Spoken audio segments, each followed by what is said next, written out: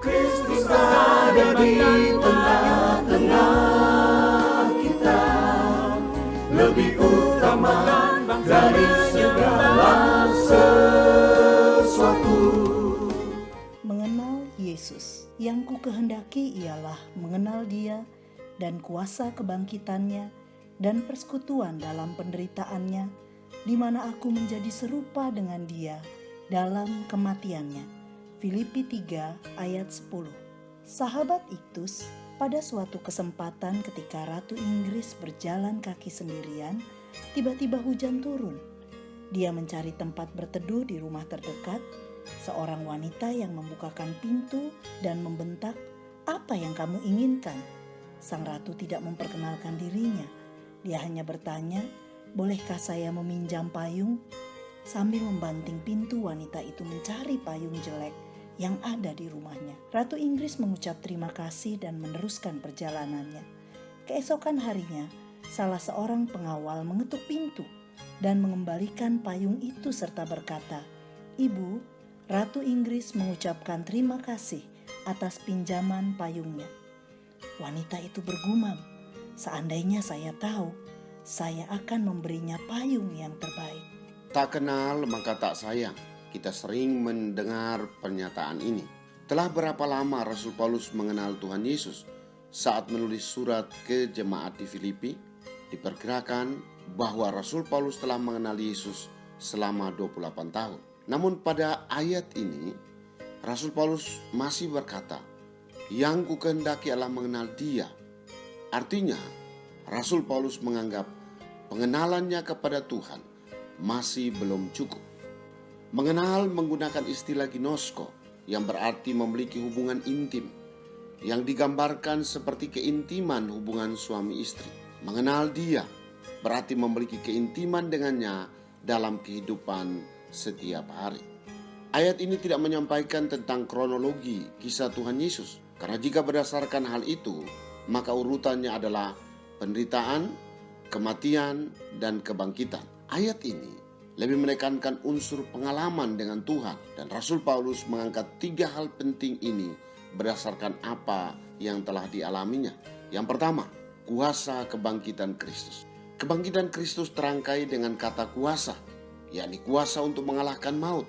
Mengalami kuasa kebangkitan Kristus terjadi pada saat seseorang percaya dan menerima Yesus sebagai Tuhan dan Juru Selamat pribadi. Sejak saat itu, maut tidak lagi berkuasa atas hidup kita, karena kemenangan Kristus atas maut juga menjadi kemenangan kita. Yang kedua, persekutuan dalam penderitaan Kristus. Ciri orang yang sudah mengalami kebangkitan Kristus adalah rindu mengambil bagian dalam persekutuan dalam penderitaan Kristus. Bagaimana mewujudkan persekutuan dalam penderitaan Kristus? Inti doa Tuhan Yesus di Getsemani adalah, "Jangan kehendakku, tetapi kehendak." Ini menggambarkan bahwa persekutuan dengan penderitaan Kristus berarti berkata tidak terhadap kehendak sendiri dan berkata ya terhadap kehendak Tuhan. 3.